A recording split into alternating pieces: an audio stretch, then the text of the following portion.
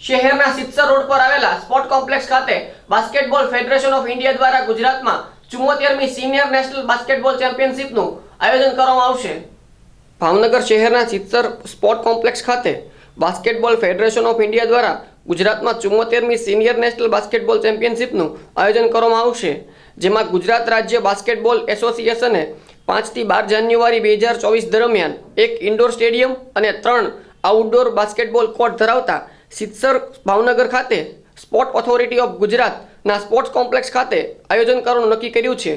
Senior national basketball championship એ આપણા દેશની સર્વોચ્ચ સ્તરની બાસ્કેટબોલ ચેમ્પિયનશિપ છે।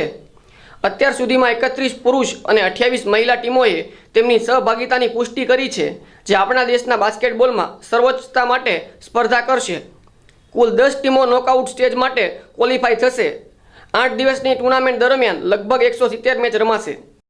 સિનિયર નેશનલ ચેમ્પિયનશિપ માટે માંગણી કરી ત્યારે આપણને આ ટુર્નામેન્ટ ફાળવવામાં આવી છે અને આપણે 2019માં પણ સિનિયર નેશનલ બાસ્કેટબોલ ચેમ્પિયનશિપ પહેલાં ભાવનગરમાં આ જ ગ્રાઉન્ડમાં આપણે આયોજન કરેલું છે અને ખૂબ જ સફળતાપૂર્વક આપણે ટુર્નામેન્ટનું આયોજન કરેલું છે। અત્યાર સુધીની ઇન્ડિયાની બેસ્ટ એ ટુર્નામેન્ટ તરીકે એને હજી સુધી કહી શકાય એવી છે। એની પહેલાં પણ આપણે સિનિયર નેશનલનું આયોજન કરેલું એ સુરત મુકામે અને યુથ નેશનલનું પણ આપણે ભાવનગરમાં અને ફેડરેશન કપ ભાવનગર અને અમદાવાદ બંનેમાં આપણે કરેલું છે। ઘણી ટુર્નામેન્ટ આપણે ગુજરાતમાં ઓર્ગેનાઇઝ કરી છે પહેલાં અને હરેક ટુર્નામેન્ટને આપણે એક એવું સ્વરૂપ આપ્યું છે કે એ ઇન્ડિયાની ટોપ ટુર્નામેન્ટ હોય। આ વખતે પણ આપણે એવી જ કોશિશ છે અને એવી જ આપણે ટુર્નામેન્ટ કરીશું કે જે ઇન્ડિયામાં હજી સુધીમાં ન થઈ હોય એવી ટુર્નામેન્ટ પ્લેયરોને લાગવી જોઈએ, કારણ કે ખાસ કરીને પ્લેયરોને સારી હોટલો, સારું ગ્રાઉન્ડ અને સારું ફૂડ, આ 3 વસ્તુ એને મેઇન મળવું જોઈએ અને એ આપણે અહીંયા પૂરતી આપણી કોશિશ હોય છે કે આપણે બેસ્ટમાં બેસ્ટ આપીએ અને સારામાં સારી ટુર્નામેન્ટ આપણે આખા ઇન્ડિયામાં ભાવનગરનો, ગુજરાતનો ડંકો વાગે એવી આપણે આ ટુર્નામેન્ટનું કરવાનું આયોજન કરી રહ્યા છીએ અને આમાં ટોટલ 58 થી 60 ટીમો આવશે, 900 થી 950 ખેલાડીઓ આવશે, 100 થી 125 ત્યાં ઓફિસ સ્ટાફ આવશે, જે રેફરીઓ હોય, અન્ય સ્ટાફ આવશે અને આપણા લોકલ માણસો પણ આપણે જે હશે વોલેન્ટિયર્સ એ બધા સાથે મળીને ટોટલ 1150 થી 1200 માણસોનું રોજનું અહીંયા રમવાનું અને એ બધું પણ આપવામાં આવશે એમને અને ટુર્નામેન્ટ લીગ કમ નોકઆઉટના આધારે રમાશે।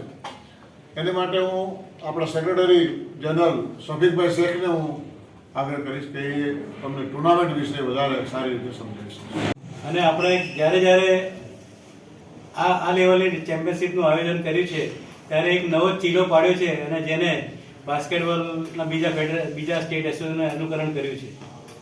ટુર્નામેન્ટની વાત કરીએ તો ટુર્નામેન્ટની અંદર 31 મેન ટીમ અને 28 વિમેન ટીમે કન્ફર્મેશન આપેલું, એટલે ટોટલ 59 ટીમ્સ આપણે પાર્ટિસિપેટ થઈ રહી છે।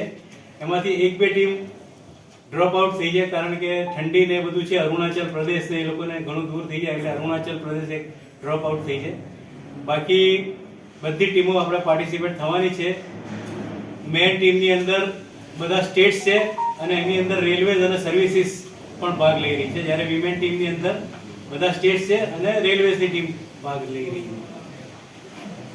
ટુર્નામેન્ટ લીગ કમ નોકઆઉટ પદ્ધતિથી રમાશે, પણ આપણે લેવલ 1 અને લેવલ 2 એમ 2 રીતના ગ્રુપ હોય છે। પહેલી જે લાસ્ટ યરની જે રેન્કિંગની પહેલી 10 ટીમો છે એ ગ્રુપ એ અને ગ્રુપ બી ની અંદર વહેંચવામાં આવે છે અને બાકીની જે ટીમો છે બાકીના સી, ડી, ઈ, એફ ગ્રુપમાં આપણે વહેંચવામાં આવે છે અને લીગથી રમાય છે। જે ટોપ 10 ટીમ્સ છે એની અંદરથી બંને ગ્રુપમાં જે છેલ્લે નીચેની 5મી ટીમ રહે છે એ નેક્સ્ટ યર નીચેના ગ્રુપમાં ચાલી જાય છે અને નીચેના જે 4 ગ્રુપ છે એમાંથી જે 2 ટોપ ટીમ થશે એ ઉપરના ગ્રુપમાં પ્રી ક્વાર્ટર ફાઇનલ માટે ક્વોલિફાય થશે। એટલે ઉપરના જે 2 ગ્રુપમાં છે એમાંથી 4 ટીમ અને નીચેના ગ્રુપની 2 ટીમ, એમ કરીને ટોટલ 10 ટીમ નોકઆઉટ માટે ક્વોલિફાય થશે।